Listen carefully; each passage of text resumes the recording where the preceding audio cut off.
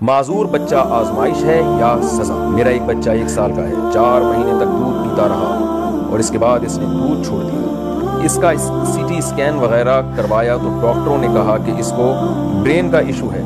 اب وہ جو اس طرح کے معذور بچے ہوتے ہیں، یہ اللہ تعالیٰ کی طرف سے آزمائش ہوتی ہے یا ماں باپ کے کرتوت ہوتے ہیں جو ان کے آگے آتے ہیں؟ یہ بالکل غلط ہے کہ ایک معذور بچے کو یہ سمجھنا کہ یہ میرے گناہوں کی سزا ہے، بلکہ یہ اللہ کی رحمت ہے۔ آپ کے لیے اللہ نے ایک جنت کمانے کا ذریعہ بنایا۔ اگر آپ سے گناہ بھی ہوئے ہیں، اس معذور بچے کی خدمت سے اللہ سے امید ہے کہ اللہ گناہوں کو معاف کر دے گا، تو پھر بھی اللہ کی رحمت ہے۔